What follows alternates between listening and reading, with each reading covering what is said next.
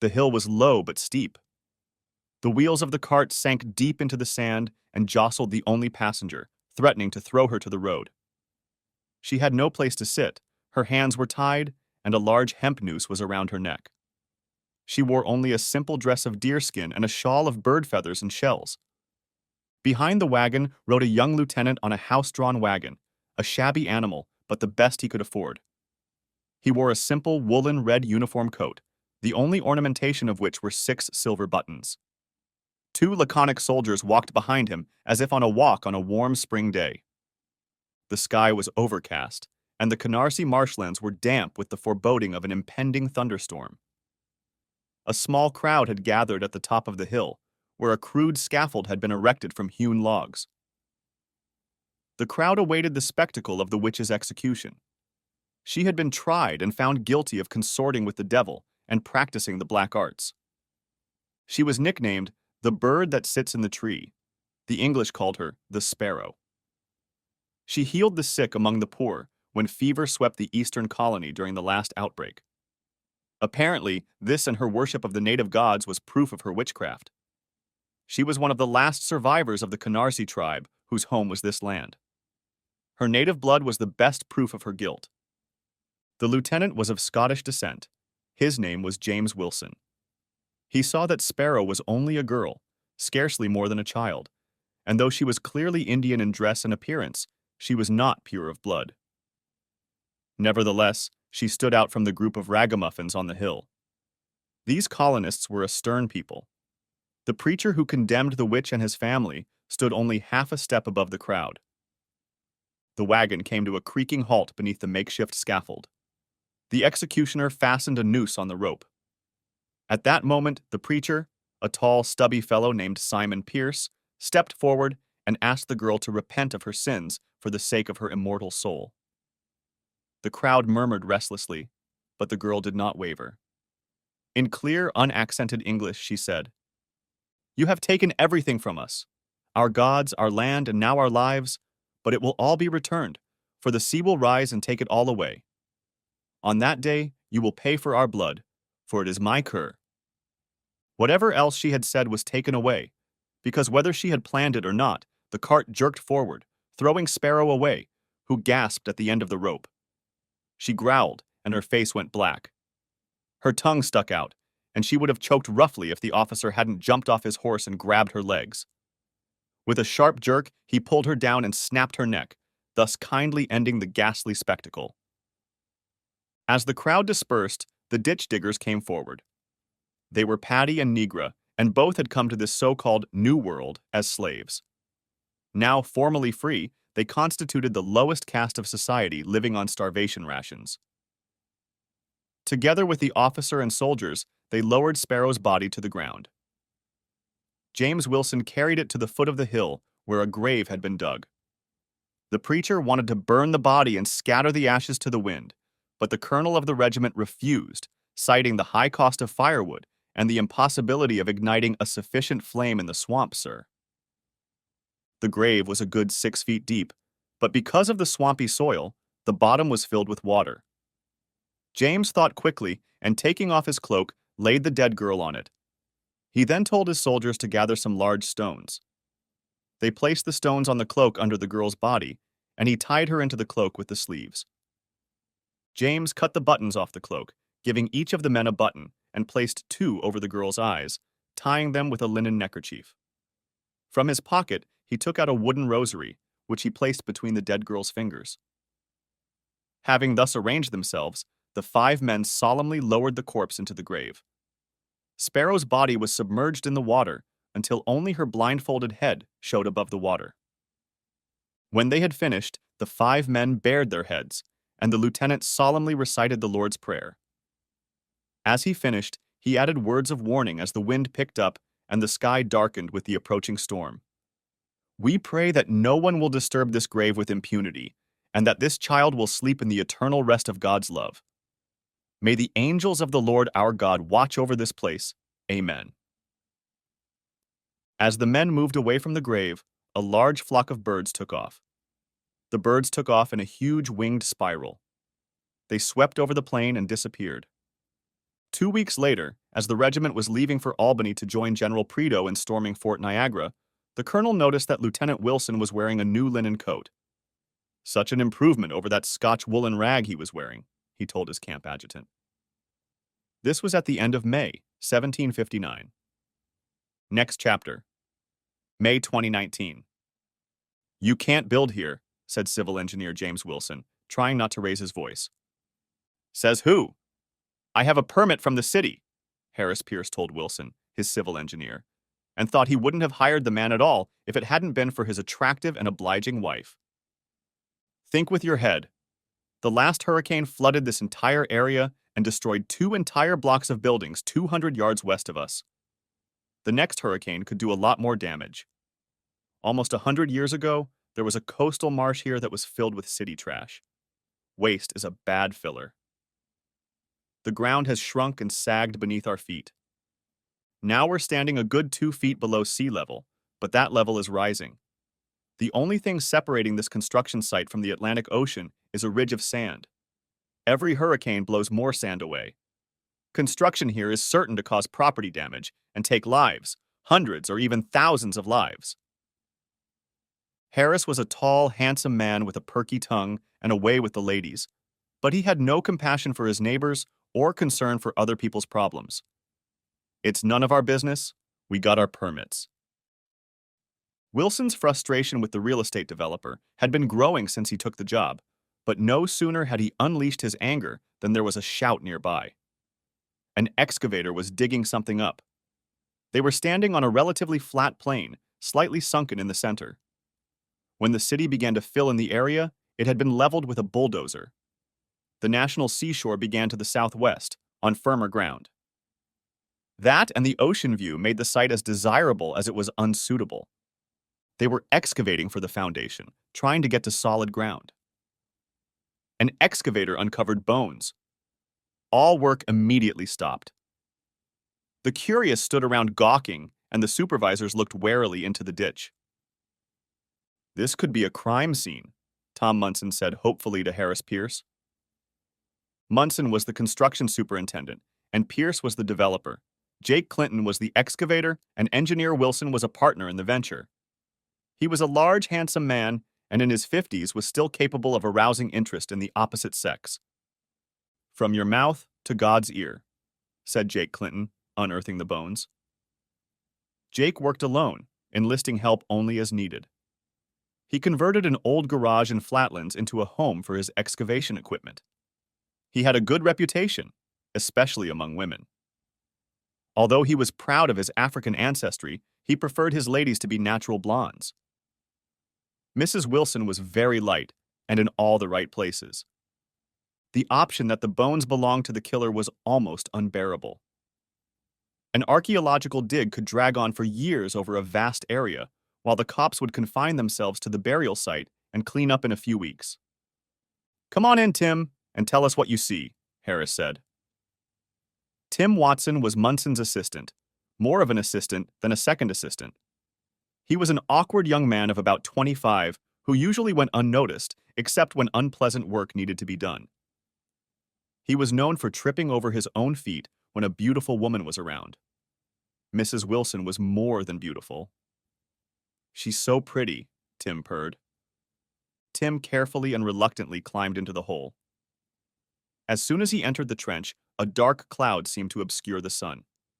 Looking up, Wilson saw that it was not a cloud, but a huge flock of birds, hundreds of birds circling and spinning in a huge spiraling mass. Maybe 1,000 individuals, moving as if with a single consciousness. They rose and fell on a wind that only they felt, as if guided by some ghostly spirit. "Don't touch anything," Bob Munson demanded of Tim. "Just watch." "I don't see anything dark," Tim said, but bent down to take a closer look. The bones seemed to be covered in some kind of cloth. "Could be recent," Harris Pierce said.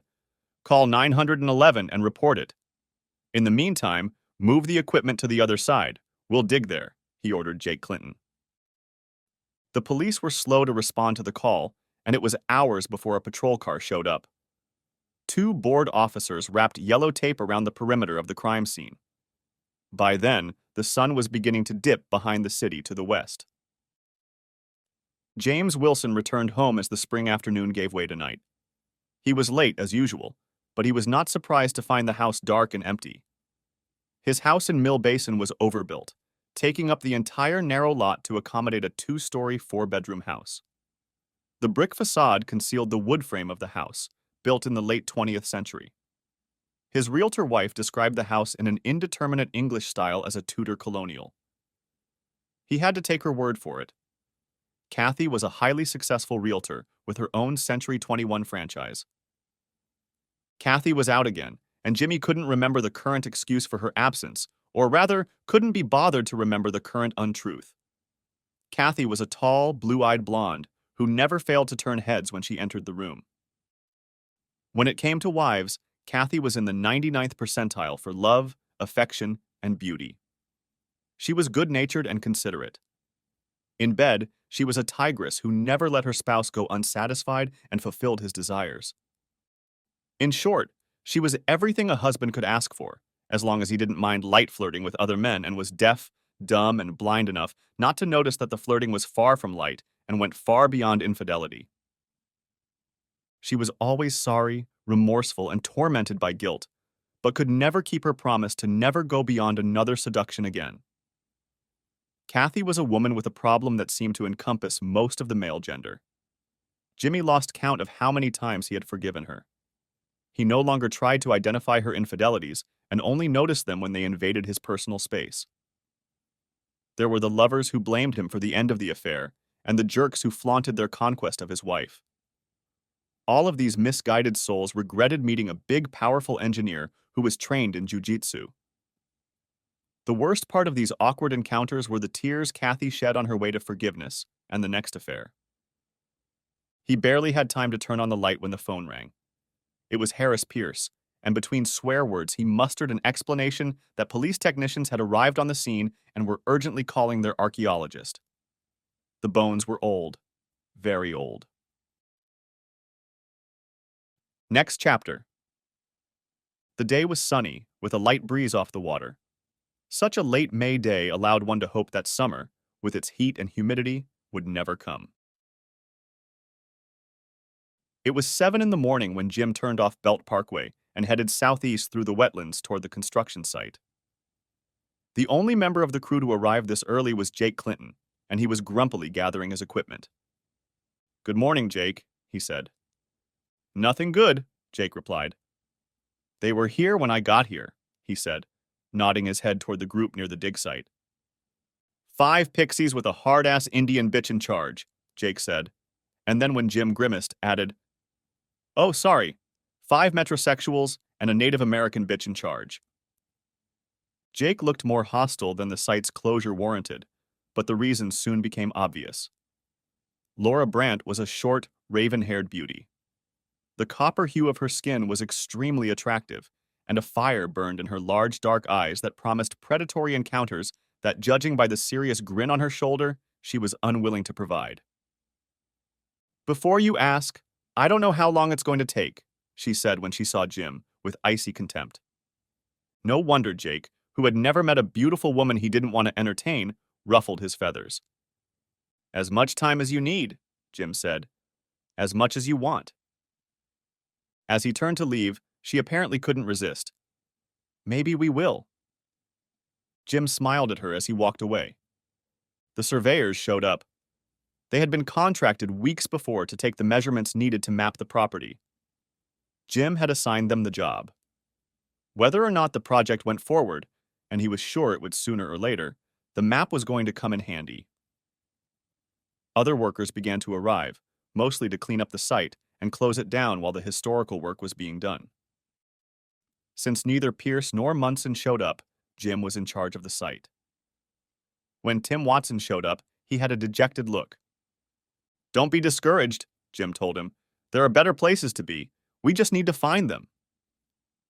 As Tim left, he seemed to grumble something about a woman, and Jim thought, "I guess he must have missed again." In the absence of the senior partners, Jim was in charge of the precinct. So Jim was completely absorbed in his work and had almost forgotten about the historical diggers on the other side of the plain. He was leaning over a steel barrel on which lay a piece of plywood that had been turned into a rough table when he heard her voice behind him. I came to apologize. I was rather rude, but I thought you were making fun of me. When I questioned the other workers, they said you were against building here. May I know why? She said. It's simple. We stand below sea level, and there's only a narrow ridge of sand between us and the ocean. How old are you? She hesitated, not understanding why he was asking, then answered, 28? Before you turn 50, this land will go underwater. Every great storm can flood this coast, destroying buildings and drowning their inhabitants. Only the ignorant will live here, and only greedy fools will build here. I see, she said. By the way, I'm Laura Brandt, Deputy Director of the Eastern Native Archeological Preservation Project. Most people call it ENAP. She held out her hand. He started to take her small hand in his large one, but she finished the introduction for him. You're James Wilson, a civil engineer known as Big Jim because of your height, 6 feet 8 inches. That's impressive. No, just unusual. Would you like some hot coffee? We have some in the trailer. Yeah, I wouldn't say no. It was cold when I got here this morning, but I expected it to warm up, which it did, but just a little bit, she said, as they started walking toward the trailer on the northwest corner of the construction site. The distance was no more than 100 yards. The site was about a mile wide and half a mile deep. The bones were found a little west and south of the center of the site. There was something about her appearance that brought a smile to his face and heart. He wanted to hear her laugh and laugh with her. As they walked, they talked. Do a lot of women do archaeology? He asked. More than you think, but before you ask, I only have men on my team because I'm sexist. Men! He stopped with his hand on the trailer door handle when she said that, and turned just in time to catch her laugh. It was a pleasant laugh, deep and free and unaffected. Sorry, I couldn't resist, but there's some truth to it. Boys are good at playing in the mud, girls not so much. I knew it was going to be a mud job. That's why I brought the boys along. You can say that again. How are you going to handle the water? He asked, as they entered the construction office. Pumps and filters to catch everything in the water. The dirt is another story. We can try freezing it so we can cut it out in blocks. I'd like to see that, he said. Feel free to come and observe. He invited her to sit at a small table and brought her coffee cups. Any idea what you have here? He asked, pouring the coffee. She took a black coffee with lots of sugar. She held the cup with the hot contents, warming her hands as she answered. I don't like to speculate, but I think there's something there, if it's not what we first hoped.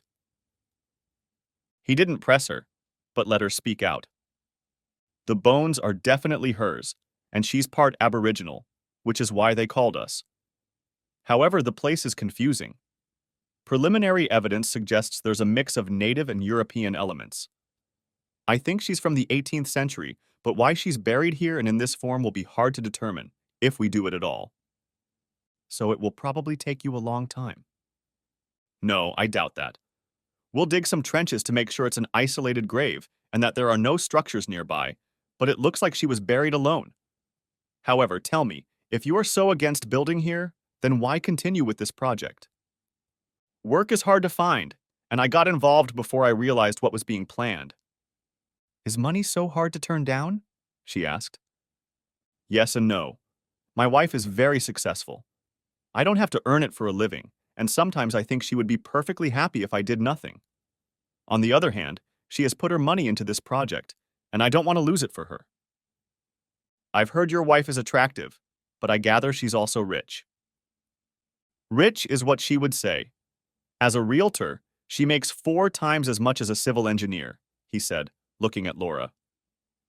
He knew that wasn't all she'd heard about his wife, but he didn't want to find out what the builders had said about Kathy's reputation. Laura must have sensed what he was thinking because she turned the conversation to her digs. It's an interesting place. She was small, like me, and mixed race. You can tell from the bones, and we found an almost complete skeleton, so the forensic pathologists may well be able to give a cause of death. She was wearing deerskin clothing and a shawl of feathers and shells, suggesting a shaman in the case of a man and possibly a healer in the case of a woman. Confusingly, she was wrapped in an unusual woolen garment. The wool was very dense and too coarse for a modern fiber, but the buttons on the skull and the remnants of the linen cloth wrapped around it are what are disconcerting, and the prayer rosary clearly indicates European influence, she finished pondering. Sounds like you have some work to do. Yeah, I'll be up to my ears in mud all day and researching all night. Research? We'll have to see if I can track her down in the historical records. There's a lot of odds, but sometimes they pay off. Finishing their coffee, they left the trailer as the sky overhead darkened. Birds again, he said. Sparrows, she replied. But there are so many of them. It seems to have doubled in number as of late. They were here when we started digging this morning. It's like they're watching us.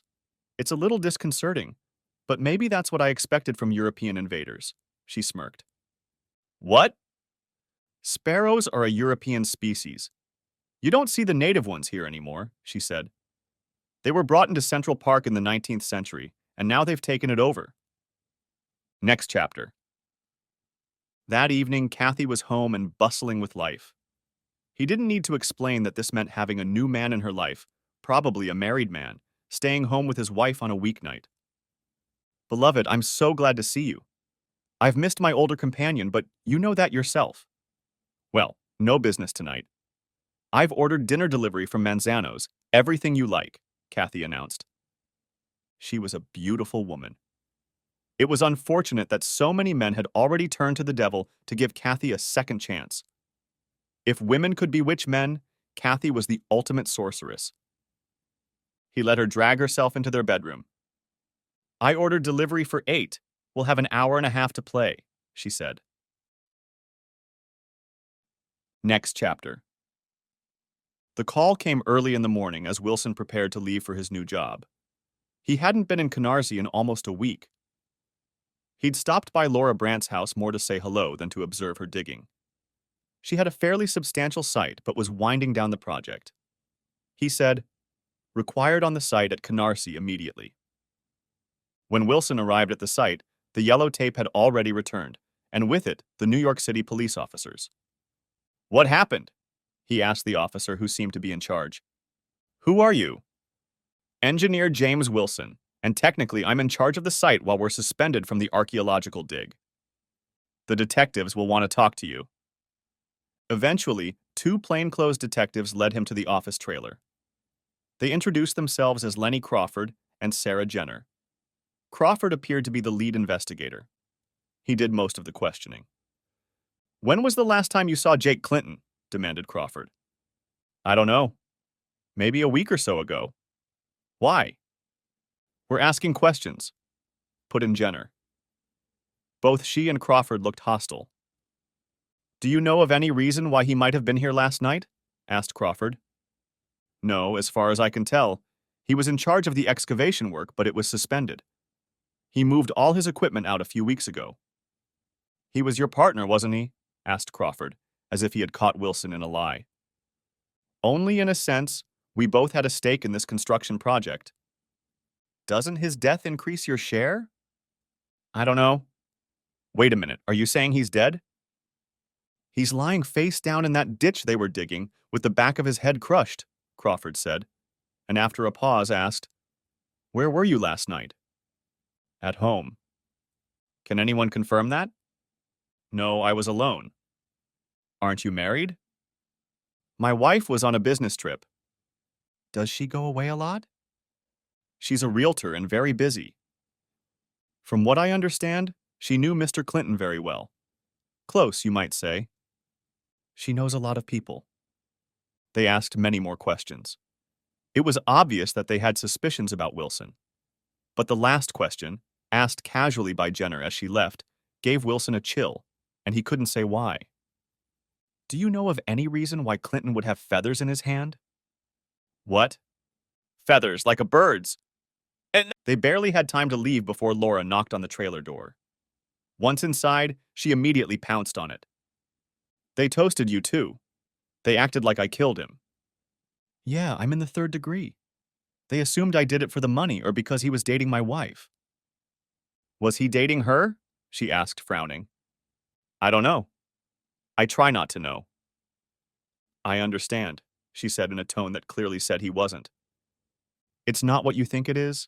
She's a complicated woman. I don't doubt it, Laura said, meaning the opposite. He saw that he had no chance of explaining the situation to Laura and that there was no way to overcome her disapproval. He shrugged and continued. What do we think of the dig? That brought a smile to her face. We got a little lucky. One chance in a million, you might say. It's in Freeman's journal, or at least its death and burial. What is Freeman's journal? Abraham Freeman was born in Africa. As a child, he was brought by Dutch traders to New York City, where he was sold into slavery to a printer. While working in the printer's shop, he learned to read and write. When the printer died, his widow, a Quaker woman, freed Abraham. For a time, he had to make a living as best he could. One of his occupations was gravedigger. Now here's the most interesting part.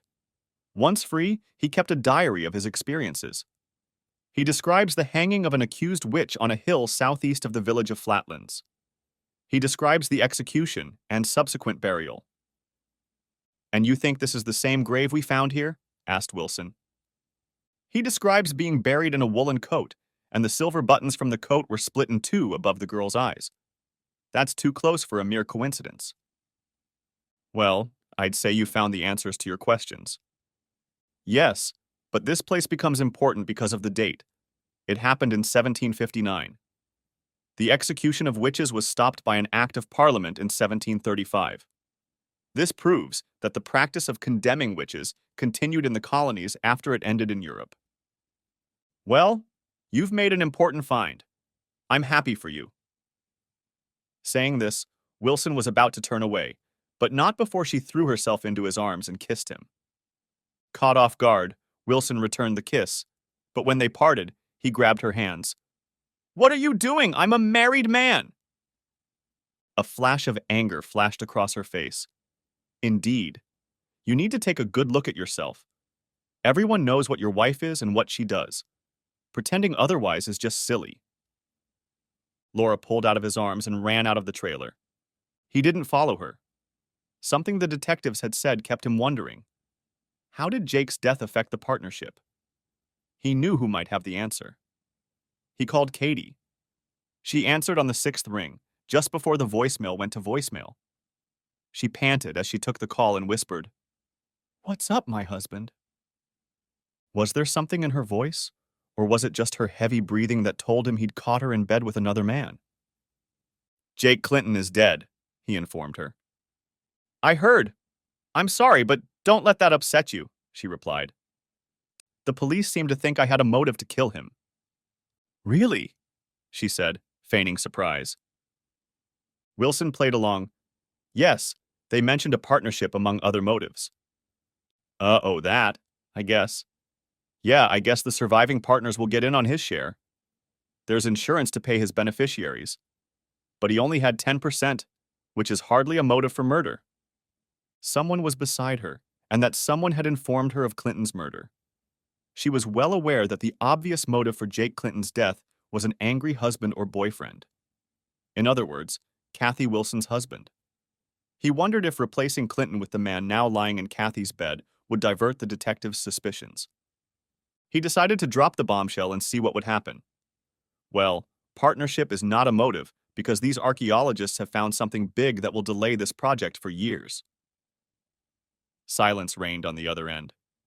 Finally, he said, I'll call you back later. About a half hour later, Harris Pierce burst into the trailer. What the hell is going on here? He shouted. Besides the murder, nothing. We're closed, remember? Wilson replied calmly. Yeah, but how long is all this going to go on? No, worrying about Jake is understandable. What? You want me to cry for the ditch digger? Pierce said. You're crying for him. You seem to be good at it. And I've got condos to build. Money was Pierce's concern. To start, he envisioned building 100 condominiums. Jim Wilson knew from experience that Harris expected a profit of $200,000 per unit, or about $20 million. He was the controlling partner, owning more than 50% of the stock. The other senior partner was Munson with 23%. Jake owned 10% before his death, and the remaining 16% was owned by Kathy and Jim Wilson. Theoretically, Jim could have received, along with his wife, over $3 million. However, he viewed these profits as blood money and was sure that if anything went wrong, and he was sure it would, Wilson, as engineer, would be responsible. Harris Pierce would claim that he didn't know of any dangers, and Jim was sure that Pierce was already gathering forged evidence that would show his total innocence. But on top of that, Jim was sure that Harris was having fun with Jim's wife. He wasn't a vindictive man, but now he was determined to make sure Harris got what he deserved. You should contact the parties holding up the work. First to the police, and then to the archaeologist. Harris didn't want to deal with the police any further than he already had. The motives attributed to Jim suited him equally well. Jim wasn't surprised when he headed over to where Laura was supervising the packing of the artifacts discovered so far. Laura and her team had erected a large tent with a series of small fences inside it. The police had stopped the pumps, and the ditch was already filling with groundwater. She thought about the fact that these must have been the conditions under which the burial must have taken place. Water was seeping into the grave, so the body had been wrapped in an officer's coat and weighted down. The special properties of the coat of coarse wool and the muddy ground preserved it, but it must have been a poor garment in its day. Abraham Freeman noted in his diary that all the soldiers, including the officer, spoke a strange English and sometimes switched to another language, which Paddy, an Irishman, said was a type of Old Language, Gaelic. Each time she searched, she found a new clue to the past, but each answer raised new questions. The buttons had been embossed with a crude X, she thought, but now she realized it was a saltire or cross of St. Andrew. The coat and buttons had come from Scotland. The expert she had consulted had spoken at length about how Scottish lads had been recruited into the British Army from a country plundered into poverty after the ill-fated rebellion led by the man known to history as Bonnie Prince Charlie. "What does it all mean?" she asked herself as Pierce burst in on her and demanded when she was done. She turned to face him in a full-throated 100 pounds of pure rage. "Don't you realize she was murdered?" Laura said, pointing to the sturdy metal crates that now held the remains. Under the pressure of her anger, Pierce took a step backward, right at Jim Wilson, who had followed him out of the trailer. Turning, he saw the anger and hatred in the man's eyes. "What's wrong with you?" wheezed Pierce. The man was a full head taller and looked ready to kill. "You amuse my wife and ask me what's wrong." At that moment, the birds attacked. There were more sparrows, and their aggressiveness had clearly increased. They swooped down on the trio standing outside the tent in such numbers that the men were forced to retreat into the tent. "What the hell is going on?" Pierce said, his voice one level below a scream. It sounded like something out of a Hitchcock movie, but the birds didn't press their attack. They rose into the air in a spiral and seemed to disappear like a rain cloud parting to let the sunlight in. Pierce moved away quickly, but not without Munson and his assistant Tim seeing a close confrontation. "What could Katie Wilson possibly see in him?" said Tim, but Munson couldn't figure out which man he was talking about. Like everyone else, the awkward aide was partial to the delightful Kathy. That afternoon, the news trucks arrived in time for the evening broadcast. Attracted by the murder, they stayed to tell the story of the Indian burial ground and its resident sorcerer. The story took the top spot on the local news. Next chapter. It was a large crowd, over 200 people. They were ostensibly peaceful, but they were loud in their protest and definitely hostile. They blocked the roadway and pushed back police barriers. The police retreated to the construction fences. Jim slipped inside on the ocean side and immediately went in search of Laura. She was in the tent, where he assumed she had spent the night guarding her precious artifacts. "What could they possibly want?" he asked when he found Laura. "The usual. We desecrate graves, disrespect Native American culture, and participate in the oppression of Native peoples by whites." "Oh, you've seen this before." "Not in an urban setting like this." Usually excavations take place outside of the city, and it's much harder to gather such a large crowd, she said, and then sighed. The only thing you can do is try to wait it out. I wouldn't dare move artifacts through a crowd. A police lieutenant entered the tent, walked over to Laura, and taking off his hat said, "We're managing to contain the crowd, but only temporarily.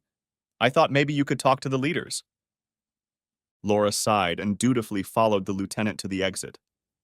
Jim followed, feeling a growing uneasiness about the situation. The trench was already almost completely filled with murky black water. The engineer at Wilson knew this was a bad sign. The water table was high, and the ground beneath his feet was an unstable suspension of sand and city waste. 4 protesters were allowed into the dig site. A tall, thin man in a leather vest and fringed leather pants, a tall black woman in an African print dress, a short, curvy red-headed girl of about 17, and a young Latino man in blue jeans and a plain white t-shirt. "Hello, Chief Red Cloud," Laura addressed the tall, thin man, who was clearly the leader or chief instigator, depending on one's point of view. "This is Simon Red Cloud, and as you know, chief is a derogatory term. But I'm glad to see you, Laura, even if it's only to get you to stop desecrating the graves of your people." "Still selling the same misconceptions to the ignorant," Laura said with a sigh, and walked toward the rest of the group. "This is not a sacred burial ground. There is only one grave here, and yet it can tell us an important story if you look closely and listen. She was a healer who was executed by the ignorant people of this place. In a sense, she was killed for a good deed, but then she was buried by 5 men, none of whom came here willingly. 2 of them had been brought here as slaves. One was an African," Laura said, turning to the woman sitting behind her. "Another was Irish," she said, turning to the small red-haired girl. "The other 3 are Scots who were forced to serve the army that oppressed them and brought to this foreign country that must have seemed the ends of the earth to them." She paused to make sure she had their attention.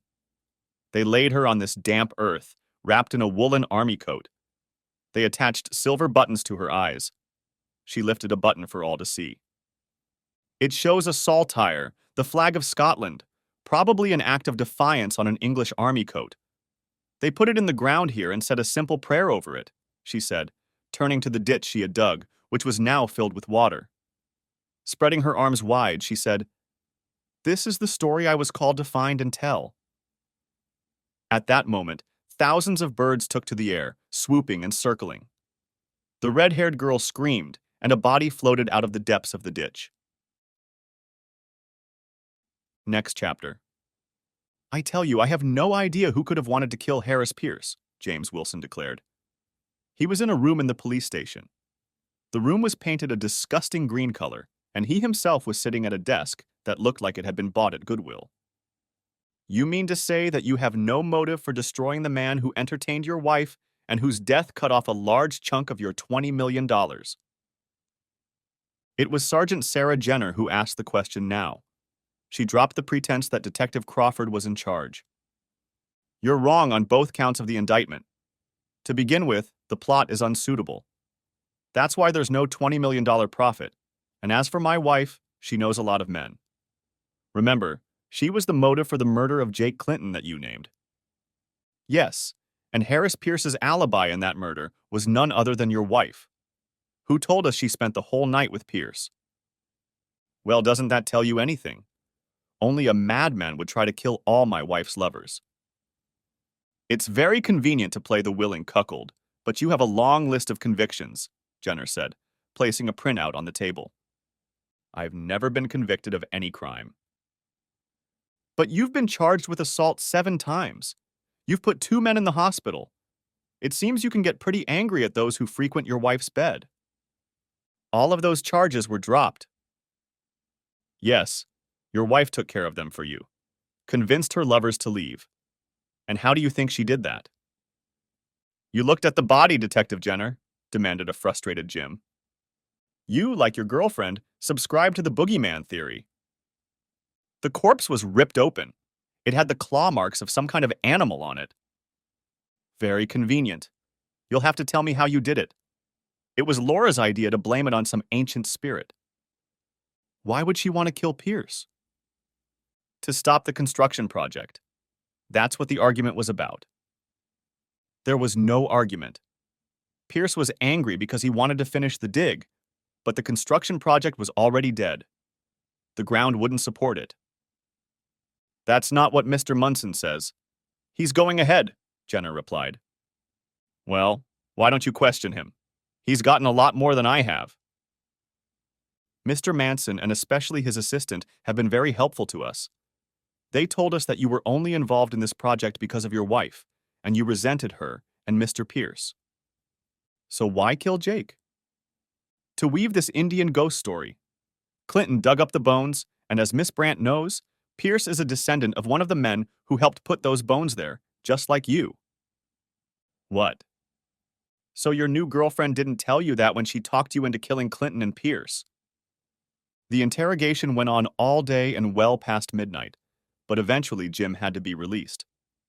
Kathy provided him with an alibi, and Laura could not have committed the crime alone. Once free, Wilson went straight to Canarsie. He found Laura in the main tent near the artifacts. She was unfolding her sleeping bag, clearly intending to stay the night. Do you have room for two? He asked. What are you doing here? It's not safe, is it? What makes you think a ghost would take me? He asked with a laugh. It's not a joke. There's something strange going on here. It's a very strange coincidence that one of the dead men is related to the principle of execution, and the other dead man is the one who first disturbed the grave. Laura, you're a scientist. How can you believe in ghosts? There are too many oddities and coincidences, like you, James Wilson, who died by the man who wrapped her in his coat, and Pierce, who helped kill her. The Pierce family, I admit, has lived here since before the American Revolution. But you're wrong about me. My great-great-grandfather arrived with his sister on a ship from Ireland at the beginning of the potato famine. His mother died on the ship crossing the Atlantic, and his father died in Ireland before they sailed. Left without parents, the children were placed in a Catholic orphanage run by nuns. The girl did well in school, but the boy ran away. He eventually made his way here to Canarsie and was taken in by a pig farmer named Wilson, whose last name he took. So you see, I had nothing to do with this grave, he finished, and moved toward it, towering over it. The spirit may not be that knowledgeable about your lineage, she said, looking into his deep blue eyes. But she must know who is digging into her bones. You're the one who isn't safe. I must stay here to protect the artifacts until we can move them. Red Cloud's men can take them. I will stay with them until I am sure they are safe. And I'll stay with you until I know you're safe. Why, James? What am I to you? Don't play games with me. I know you felt it from the first day we met. I get enough deception at home. I don't need deception from you. Then lay it all out in the open. What did you feel, and what do you feel now? This, he answered, enclosing her in his arms. There were no more words between them. They took their time. They slowly climbed under the bedclothes she had spread out. Next chapter. Good morning, he smiled. Then she said, We can't stay here forever. I know, but what do I tell my wife? He said, bringing some reality into the tent in between them. She recoiled from him, a look of bewilderment on her face. Tell her goodbye, she said. I can't. Not just like that. I don't want to hurt her. Hurt her. That unrepentant whore. The question is why you stayed with her. You don't realize she can't help herself. It's an addiction. Fine, she's an addict. You can't help an addict. Staying with her only prevents her from facing the consequences of her actions. You may be right, but... Choose, she demanded, rising to her feet. It's either her or me. He never got to choose, for at that moment the tent flaps opened and Detective Jenner ushered in a squad of policemen. James Wilson and Sarah Brandt, I'm placing you under arrest for the murders of Jake Clinton, Harris Pierce, and Thomas Munson. Munson? They both said. Jenner smirked back. You'd be a lot more convincing if his body hadn't been found torn to pieces 24 miles from here. Next chapter. The bail hearing was brief and to the point. The prosecutor wanted to lock them deep in the bowels of the Brooklyn Detention Center, but defense attorneys convinced the judge, after all, there was no direct evidence yet, and bail was granted. Kathy paid for Jim, and Laura's employer paid for her. On the courthouse steps, Kathy hugged Jim, kissing him and telling him she forgave him. "It's not your fault. She bewitched you." "We didn't kill anyone. I didn't kill anyone. She didn't kill anybody," stated Wilson, and seeing Laura leaving the courthouse, called out to her. Laura didn't turn around and didn't acknowledge him. She was with a group of well-dressed people who he assumed belonged to the program she worked for. Laura got into a town car parked at the curb, and the group drove off. "You need to stay away from Miss Brandt," the lawyer instructed. "Why? It's not like we did anything." The lawyer sighed disappointedly and said, "It doesn't matter what you did. What matters is what the prosecutor says. It's an unequal system. The prosecution usually wins, right or wrong. Right now, you and Miss Brandt are the only suspects. One of you will be convicted of these crimes. Let's try to make sure it's not you." Next chapter. Jim had been driving for hours. The confrontation with Kathy was not a pleasant one. She didn't understand why he was leaving her. "It's all about that Indian bitch," she accused. "Only partly. I can't take it anymore. Each of your cheating hurts worse than the last. Clinton, Pierce, Manson, and whoever else, it goes on and on. It just never ends. But I'm going to stop. I promise there won't be anything else. It'll just be the two of us." "No, you say that too often. I don't believe you can change anymore." "Please," she begged, crying and clinging to him as he left the house. She collapsed in the doorway as he drove away. He drove for hours. He stopped for dinner and gas and then drove some more. He was told not to drive to see her, but he couldn't and wouldn't take that advice. Finally, he gave up and headed to Canarsie, to the dig site. He knew that was where he would find her, the true love of his life. The only question was, did she love him? It was already 2 o'clock in the morning. Jim could see a campfire south of the parkway at the southern end of the archeological site. He turned off the road and drove back down the service road until he was parallel to the dig. He turned his Toyota pickup truck south, staying far west of the excavation. By the light of a campfire, he saw a Subaru SUV half hidden by deep weeds.